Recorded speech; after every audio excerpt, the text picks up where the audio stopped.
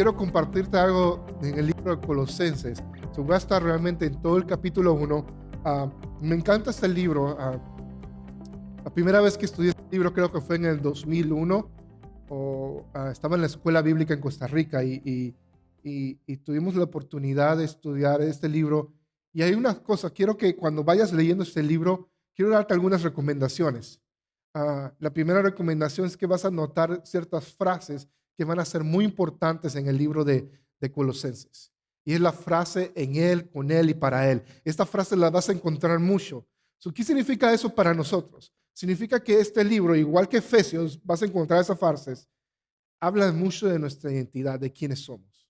La semana pasada Esther habló de la posición. E hice esta pregunta porque leía en Efesios capítulo 3, decía, ¿de cuál posición oras? Citando a Pablo que estaba orando y que estaba de rodillas. Pero al final ella hizo algo muy increíble. Ella dijo, no estoy hablando de nuestra posición físicamente, sino de tu posición en Él. ¿De qué posición estás orando? ¿De qué posición te estás acercando a Dios? ¿Desde qué posición? Y es muy interesante porque la forma como me acerco a Dios va a reflejar, mi relación con Él. Mi hija se acerca a mí en base a su relación conmigo. ¿Sí me explico? Y ella viene y me da un abrazo, o viene y me pide comida, o lo que sea, que la forma que se acerca a mí va a ser muy diferente de cómo se va a acercar por Olimpo a diferentes personas. Pero la forma como ella se acerca a mí, ella se acerca a nosotros como una hija. ¿Sí me explico? Y la relación es muy diferente de padre a hijo. Quiero que entiendas de lo que decía Esther, piensa en esto, de qué posición te acercas a Él, desde qué posición te estás acercando a Dios, desde qué posición estás buscando a Dios, si estás buscando desde una posición como hijo. Y eso tiene que ver de nuestra cosmovisión. La cosmovisión es la forma en cómo vemos las cosas. Eso tiene que ver mucho que ver en tu cosmovisión acerca de Dios, en cómo ves a Dios. Y si ves a Dios como un padre, te vas a acercar como un hijo. Si lo ves como simplemente Dios, entonces te vas a acercar a Él como Dios. Pero esto es lo bien interesante, porque aquí es donde está quizás, no sé si es una gran discusión teológica o no, pero aquí está como el punto que quiero hacerte. ¿Quieres acercarte a Él siendo tu Dios, o quieres acercándote a Él siendo tu Padre? Y esta es la línea donde quiero que entiendas. Jesús, cuando le enseñó a los discípulos a orar, Jesús cuando le enseñó a los discípulos cómo acercarse a Él, siempre decía, cuando oren, oren así, Padre nuestro. Dios quiere que nos acerquemos a Él como hijos. Y eso cambia totalmente nuestra posición y nuestra relación a Él. Cambia el juego cómo pedimos cosas cuando oramos, cuando nos acercamos a Él como hijos. Y no significa que Dios nos va a dar todo lo que queremos, porque yo te lo garantizo que yo no le doy todo lo que hoy quiere, pero le doy lo que sé que es mejor para ella. Sí me explico, la posición de hijo no significa de que Dios me va a hacerme un genio para mí, porque si lo estoy viendo como un genio, entonces no lo estoy viendo como un padre. Si yo lo estoy viendo a Dios como un genio, que si yo hago cosas, entonces va a hacer algo por mí, entonces lo estoy viendo como un genio o no lo estoy viendo como padre.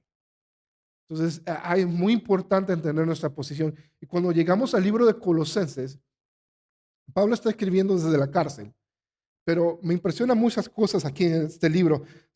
Hay una oración y voy a saltarme algunas cosas. Sígueme, en el verso 3 dice, siempre que oramos por ustedes, le damos gracias a Dios el Padre de nuestro Señor Jesucristo, porque hemos oído de la fe en Cristo y el amor que tienen por todo el pueblo de Dios. Ambas cosas provienen de la firme esperanza y puesta en lo que Dios les ha reservado en el cielo.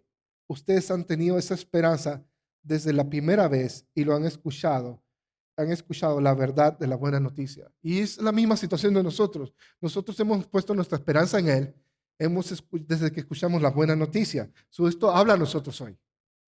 Pablo está hablando a un grupo de cristianos como nosotros y que hemos puesto nuestra esperanza en Él. Esa misma buena noticia, verso 6, que llegó a ustedes, ahora corre por todo el mundo. ahora más que nunca está corriendo por todo el mundo a través de Facebook Live, de YouTube Live, de lo que sea que estamos haciendo. Está corriendo esto por todo el mundo. Estamos viviendo esto. Y una de las cosas muy interesantes, ¿no? Cuando estudias la época romana, cuando Pablo dice de que se está escuchando por todo el mundo, cuando en esta época Roma había empezado a construir todas las carreteras. Bueno, para ellos eran carreteras, para nosotros son caminos despacitos, pero ellos construyeron diferentes conexiones en diferentes ciudades. Literalmente cuando él dice todo el mundo, para ellos era todo el mundo. Estaba conectando a España, todos esos lugares, entre todo, y habían caminos donde el Imperio Romano podía llegar y accesar. Ahora el llevar el Evangelio ya no tomaba tantos días, tomaba menos días para ellos, porque ahora ya tienen caminos libres para llegar. En esa perspectiva, es lo mismo hoy día. Nosotros estamos pudiendo llegar de una manera increíble a través de lo que estamos haciendo en las últimas semanas. La pregunta es, ¿lo estamos haciendo o no? Porque ahora tenemos esa gran oportunidad de llegar. Y luego dice, voy a saltarme al verso que me llama mucho la atención. Y es este: está orando Pablo por Colosenses en este momento. Y en el verso 9 dice, así que desde que supimos que ustedes no dejamos de tenerlos presentes en nuestras oraciones. Y fíjate bien lo que empieza a pedir. Le pido a Dios que les dé pleno conocimiento de su voluntad y les conceda sabiduría y comprensión espiritual. Ahora, yo te recomiendo esto. En tu Biblia, subraya esa parte, ¿ok? Subraya esto. Subraya: le pedimos a Dios que les dé pleno conocimiento de su voluntad y les conceda sabiduría y comprensión espiritual. Pleno conocimiento de su voluntad, ¿ok? Y luego que les conceda sabiduría y comprensión espiritual. Si hay algo por lo cual necesitas empezar a orar en tu vida y orar por otros, es esto, ¿ok? ¿Por qué? Esta es la razón, en verso 10. Entonces, la forma en que vivan siempre honrará y agradará al Señor, y sus vidas producirán toda clase de buen fruto. Mientras tanto, irán creciendo a medida que aprendan a conocer a Dios más. ¿Quieres amar a Dios? ¿Quieres agradar a Dios? Empieza a orar por esas tres cosas. ¿Quieres conocer a Dios? ¿Quieres agradar a Dios y dar fruto en tu vida? Empieza a orar por esas tres cosas. Empieza a buscar esas tres cosas en tu vida. Y luego vamos al verso 11, y aquí es donde empieza la carne de todo el mensaje de hoy. También pedimos que se fortalezca con todo el glorioso poder de Dios para que tengan toda la constancia, la paciencia que necesitan. Mi deseo es que estén llenos de alegría y den siempre gracias al Padre. Y esta es la parte que me interesa mucho. Él los hizo actos para que participen de la herencia que pertenece a su pueblo, la cual vive en la luz. Y ahora fíjate bien esta parte. Dice, Él nos hizo actos. ¿A quién le está hablando? ¿Qué es lo que establecimos al principio? ¿De qué está hablando a cristianos, verdad? Quiero que entienda esto. Aquí dice que Él nos hizo actos para que participemos de la herencia que pertenece al pueblo, el cual vive en la luz. Fíjate bien, esto es muy interesante. Él te hizo acto. Significa que Él hizo todo lo posible para que tú fueras eso, un hijo de Él. ¿Por qué un hijo de Dios? Porque dice que Él nos hizo actos para que participen de la herencia. ¿Entiendes? Para que tú puedas participar de una herencia, tienes que ser hijo. Y tienes este concepto de adopción. En este momento en la Biblia es nuevo para los hebreos. ¿Ok? Es nuevo para Pablo. ¿Por qué? ¿Por qué lo digo que es nuevo? En el judaísmo no existe el término de adopción. No existe. En el Antiguo Testamento no existe la adopción. Nadie adoptaba porque no era un derecho, no era algo que se daba. No se concedía la adopción. Si tu padre moría y te cuidaba tu tío, simplemente eras el hijo de tu tío y no tenías herencia, no tenías derecho alguno. Si tú rescatabas a alguien, no se convertían como tu hijo en la cultura judía, hebrea. Simplemente eras alguien allá y perdías todo. No tenías nada, no tenías herencia. So, este concepto de adopción es nuevo en Cristo. Y lo toman de la adopción, de la idea de romana de adopción, donde lo que sucede cuando eres adoptado en la cultura romana, no solamente eres adoptado para siempre. ¿Qué significa eso? En la cultura romana, cuando eres adoptado, no puedes ser adoptado otra vez. ¿Ok? ¿Qué sucede? ¿Qué quiero decirte? Digamos, si tienes la mala suerte de que se mueren tus padres o eres huérfano y la persona te adopta y esa persona se muere, ya no puedes ser adoptado otra vez. ¿Sí me explico? Vas a quedar con ese nombre para siempre. Una vez que entras a esa familia, eres adoptado para siempre. So, cuando veas en la Biblia de que nos adoptó una vez para siempre, o veas esa frase, a eso se refiere, a la adopción romana, de que es simplemente un derecho para siempre y que nadie ya te lo puede remover. So, en el momento que tú llegas a ser hijo, ese es el concepto que está usando Pablo, eres heredero y nadie te puede quitar ese derecho. ¿Por qué? Porque Dios te hizo acto. Dios hizo acto. Nos hizo actos para eso. Nos hizo dignos para eso. Porque Él es digno. Eso es muy interesante. Luego, pues Él nos rescató. Fíjate bien, esto lo explica más. Pues Él nos rescató del reino de la oscuridad y nos trasladó al reino de su Hijo amado, quien nos compró nuestra libertad y perdonó nuestros pecados. Fíjate bien. Él nos rescató. ¿Quién nos rescató? Él, Dios. ¿Ok? Está hablando de Dios. Y quiero que comprendas esta parte. ¿Ok? No asumas que está hablando de Jesús. ¿Ok? Porque es claro que no está hablando de Jesús. Porque dice, pues Él nos rescató del reino de la oscuridad y nos trasladó al reino de su Hijo. Eso no está hablando de Jesús, porque el Hijo de Dios es Jesús. Eso está hablando de Dios. Dios nos rescató. Él inició todo. Y nos compró nuestra libertad y perdonó nuestros pecados. Quiero que entiendas esto, de que Él te hizo acto, Él te rescató para que fueras parte del reino de Jesús, ¿ok? Y para el perdón de nuestros pecados. Tus pecados y los míos han sido perdonados en el momento que recibimos y rendimos nuestra vida a Jesús. Ahora, déjame leerte este poema que empieza en el verso 15 y habla acerca de Cristo. Mira lo que dice. Cristo es la imagen visible del Dios invisible. ¿Qué significa eso? Que cuando ves a Cristo, ves a Dios. Cristo es la imagen visible del Dios invisible. Él ya existía antes de que todas las cosas fueran creadas y Él es supremo sobre toda la creación. Cristo existía antes de que todo fuera creado. Antes que todo fue creado, antes que todo fuera hablado en existencia, Él ya existía. Y por medio de Él, todo fue creado y Él es supremo a toda la creación. Ahora, fíjate bien, verso 16. Porque por medio de Él, Dios creó todo lo que existe en los lugares celestiales y en la tierra, y hizo las cosas que podemos ver y las cosas que no podemos ver, tales como tronos, reinos, gobernantes, autoridades del mundo invisible. Todo fue creado por medio de Él y para Él. Todo lo que no podemos ver y lo que podemos ver fue creado por medio de Él y para Él.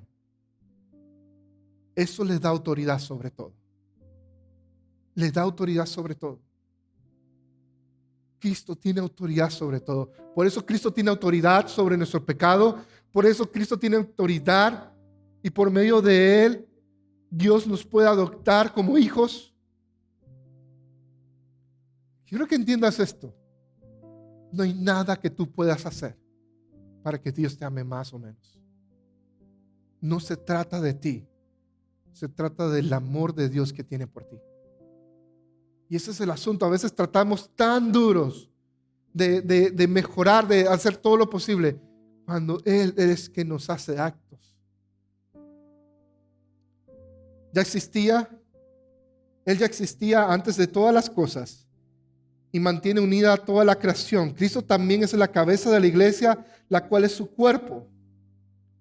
Él es el principio, es supremo sobre todos los que se levantan de los muertos. Así que Él es el primero de todo, pues Dios en toda su plenitud le agradó vivir en Cristo y por medio de Él Dios reconcilió consigo todas las cosas. Fíjate bien esa frase, Él reconcilió consigo todas las cosas por medio de Cristo. ¿Sabes qué te dice eso? Para que haya una reconciliación debe haber una rotura. Algo estaba roto, algo no estaba funcionando bien, alguien lastimó esa relación y se rompió. Y entendemos que fue el pecado en nuestras vidas. Empezó con Adán y Eva, ¿ok? Pero continuó con nuestros propios pecados. ¿Sí me explico? No nos podemos echar toda la culpa a ellos. Nosotros también hemos hecho pecado y hemos sido destituidos de la gloria de Dios. Pero por medio de Él, dice, Dios reconcilió. ¿Quién lo hizo? Dios. Por medio de Cristo, Dios reconcilió consigo todas las cosas. Hizo la paz con todo lo que existe todo lo que existe en el cielo y en la tierra y por medio de la sangre de Cristo a la cruz. Mira lo que dice el verso 21. Dice, eso los incluye a ustedes. Antes estaban lejos de Dios y eran sus enemigos y estaban separados de Él por sus malos pensamientos y acciones. Y ahora Él, recuerda, estamos hablando de Dios. Él los reconcilió consigo mediante la muerte de Cristo en su cuerpo físico. Como resultado, mira esta frase, es la segunda vez que aparece esta palabra, los ha trasladado a su propia presencia. Y ahora ustedes son santos, libres de culpa y pueden presentarse delante de Él sin ninguna falta. He hecho mucho énfasis en esto, en que Dios está hablando, en que Él los hizo actos, Él nos reconcilió. Porque a veces simplemente pensamos de que fue Cristo, ¿ok? Y no estoy quitándole nada a Cristo porque estamos leyendo que Él es por medio de Él y para Él se crearon todas las cosas.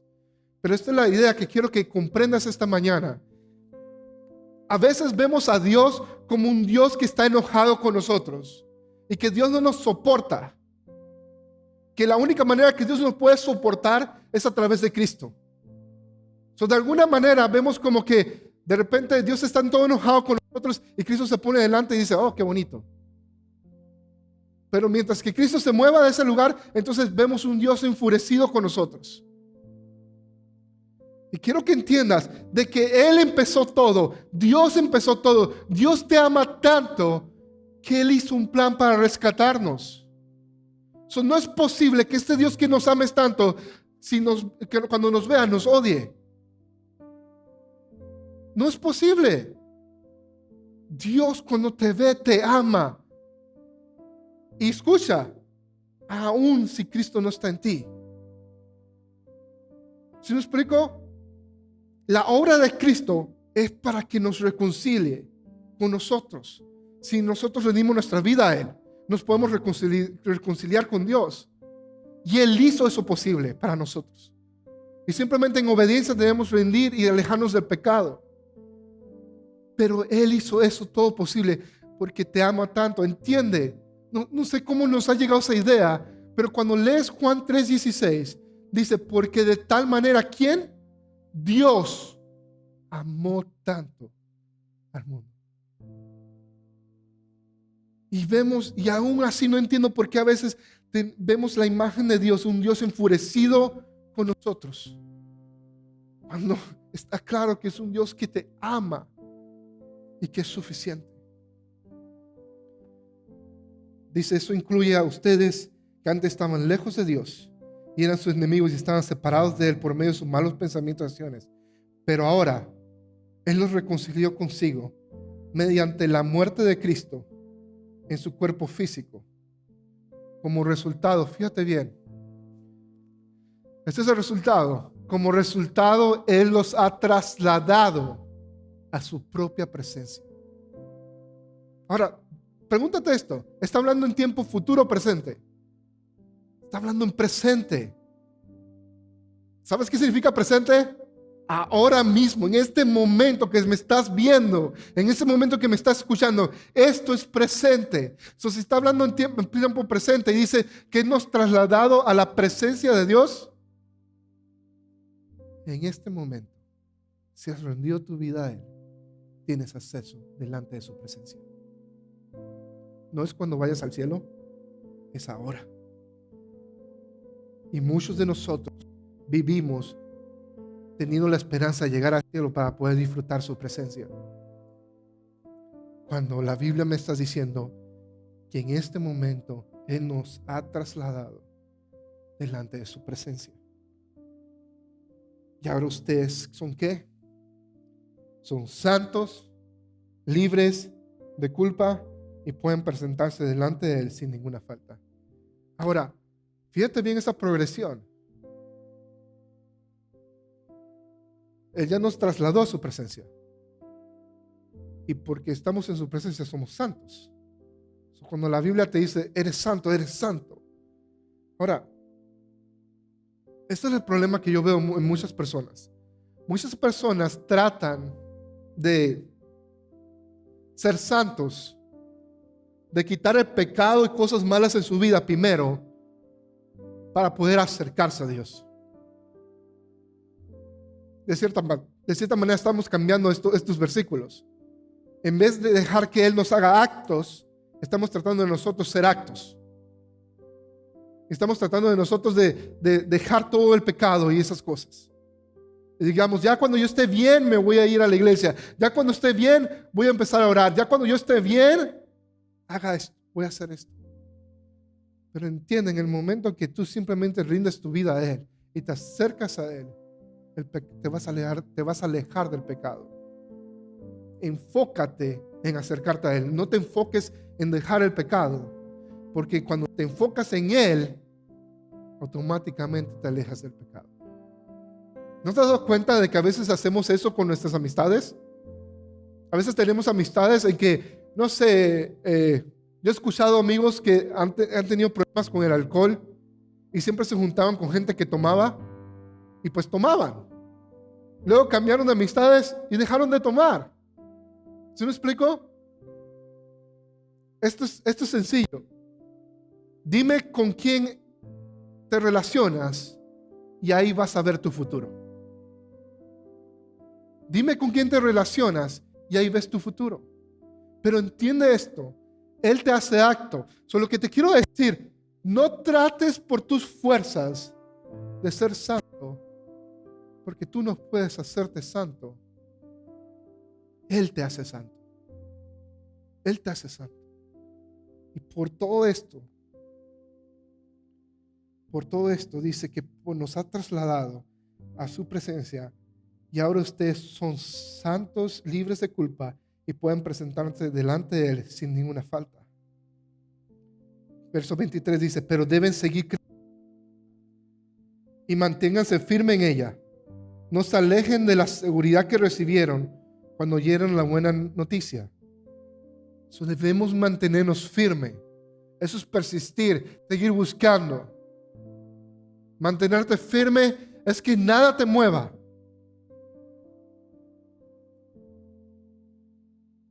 So necesitas buscar una familia que te apoye. Esa buena noticia que se ha sido predicada por todo el mundo. Y yo, Pablo, fui destinado a ser servidor de Dios para proclamarla. Me alegro cuando sufro en propia carne por ustedes, porque así participo de los sufrimientos de Cristo que continúan a favor de su cuerpo, de su iglesia. Y Dios me ha dado la responsabilidad de servir a su iglesia mediante la proclamación de todo su mensaje a ustedes. Este mensaje se mantuvo en secreto. Aquí hay un secreto que va a ser revelado en unos minutos. Este mensaje se mantuvo en secreto durante siglos y generaciones y ahora se dio a conocer al pueblo de Dios, pues Él quería que su pueblo supiera que las riquezas y la gloria de Cristo también son para ustedes. ¿Okay? Él quería que supieran de que las riquezas y la gloria de Cristo también son para ¿quién? Para ti. para ustedes, los gentiles. Y este es el secreto. Cristo vive en ustedes. Cristo vive en ustedes. Cristo vive en ti. Y eso les da la seguridad de que participan de su gloria. Eso le da la seguridad de que participamos de su gloria. Cristo en ti es la esperanza de gloria. Llevamos varias semanas y hemos hablado de esta frase. Cristo es suficiente. Es suficiente. Esta es la razón por la cual Él es suficiente. Es la razón, ¿por qué? Porque Él fue primero en la creación. Por medio de Él todo fue creado. Por medio de Él para Él. Por medio de Él hay una reconciliación de nosotros con Dios. Por medio de Él hemos sido trasladados a la presencia de Él. Y por eso podemos decir: gracias, tú eres suficiente para mí. Y quiero invitarte esta mañana a que puedas decir eso con nosotros. Que podamos cantar esta canción. Y podamos decirle: gracias, que tú eres suficiente para mí. Tu amor es suficiente. Cristo es suficiente. Y lo es porque Dios lo hizo suficiente para nosotros. Y no es en base en nuestros méritos, es en base a quién es Dios y cuánto nos amas Dios. So, si estás batallando en algún pecado en tu vida, quiero decirte que Cristo es suficiente.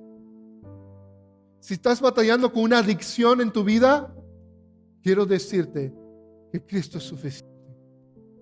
Si estás batallando con depresión, con soledad, cualquier enfermedad mental, Cristo es suficiente. Si estás batallando con una enfermedad física, Cristo es suficiente. Porque no importa la situación, las condiciones, Cristo siempre va a ser suficiente en nuestras vidas. En Él está todo. Y no hay nada más fuera de Él. No hay un lugar donde queramos estar fuera de Él.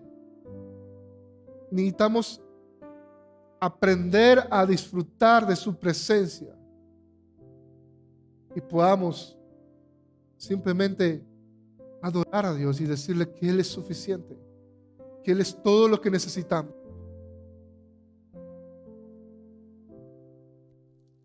Quiero leerte esta parte otra vez. El verso 22. Pero ahora Él los reconcilió consigo mediante la muerte de Cristo en su cuerpo físico. Como resultado los has trasladado a la propia presencia de Dios. Y quiero que pienses en esto. Dice que Él nos ha trasladado a la propia presencia de Dios. En este momento, cuando empecemos a adorar, quiero que pienses en eso, de que en este momento estás delante de su presencia. ¿Por qué lo haríamos diferente? ¿Por qué pensaríamos diferente si está en su palabra? ¿Sí me explico? Necesitamos creer lo que Él habla en su palabra. ¿Por qué lo haríamos diferente? Eso puedes con nosotros empezar a declarar de que Él es suficiente en nuestras vidas.